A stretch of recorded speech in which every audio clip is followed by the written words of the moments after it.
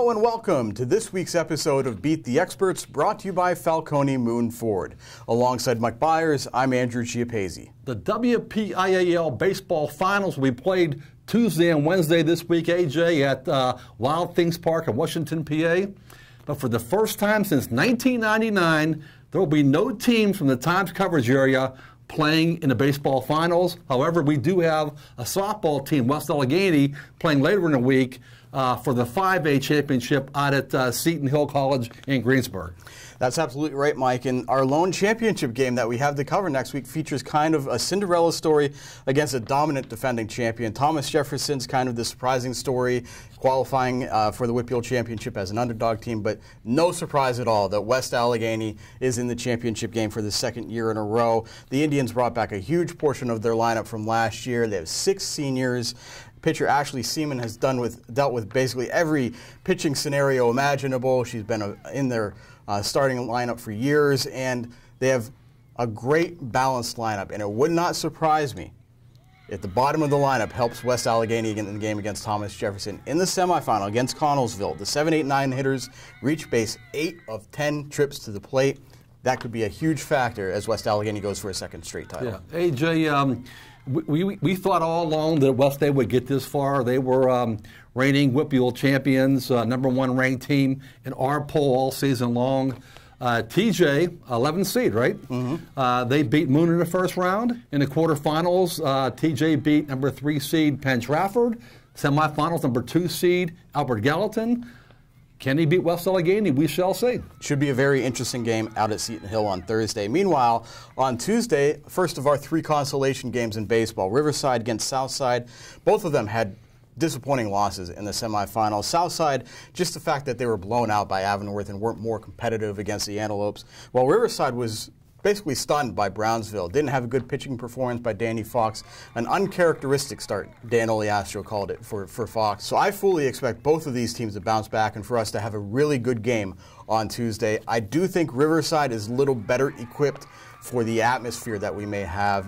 This is a win-or-go-home game. Riverside has been in plenty of those past couple of years. Right. They have experience. I think that could be beneficial to them on Tuesday. Yeah, I think top to bottom, Riverside has the better team, but as we found out in these baseball playoffs, anything can happen. AJ, we did have 3 #1 seeds locally in baseball: Moon in 5A, Blackhawk in 4A, Riverside in 3A. Moon and Blackhawk lost their first-round games after having a first-round bye. They lost to the quarterfinals, actually, but they're out of the playoffs altogether. Riverside at least has a chance to go to the state. So, you know, I think Riverside top to bottom has a better team, but anything can happen. Absolutely right. Meanwhile, on Wednesday, Hopewell will take on Greensburg-Salem in the WPIAL Class 4A consolation game. I think this is a fascinating game. Hopewell struggled at times this year, but they played in a pretty good section with Blackhawk and South Fayette.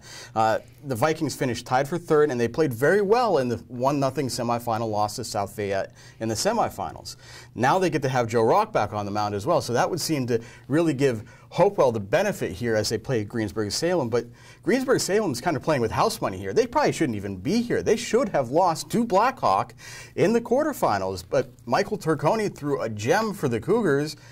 Blackhawk just couldn't score. They couldn't get a run across, and Greensburg-Salem ended up winning and then losing in the semifinals. So I think Hopewell wins, but Greensburg-Salem could very well pull the same thing that they did against Blackhawk here. Yeah, you know what, AJ? Way back in 1960, there was a former Major League Baseball player named Joe Garagiola. He wrote a book called Baseball is a Funny Game, and more than even high school football or high school basketball, some strange things happen in high school baseball, okay? And just for example, a few years ago when Blackhawk had Brendan McKay pitching for him, they lost in a WPIAL title game to West Allegheny. And here this year, there's Michael Turconi pitching for Blackhawk, want to go to Wake Forest.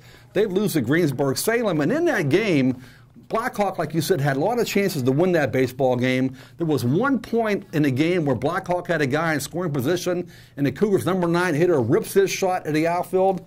And the outfielder for Greensburg-Salem makes a great over-the-shoulder catch to save the win for those guys. So, you know what?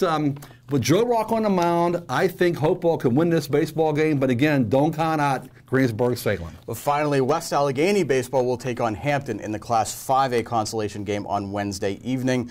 This is a proud West A program that has a history of success under Coach Brian Cornell. So I fully expect the Indians to be ready and prepared after a disappointing loss in the semifinals.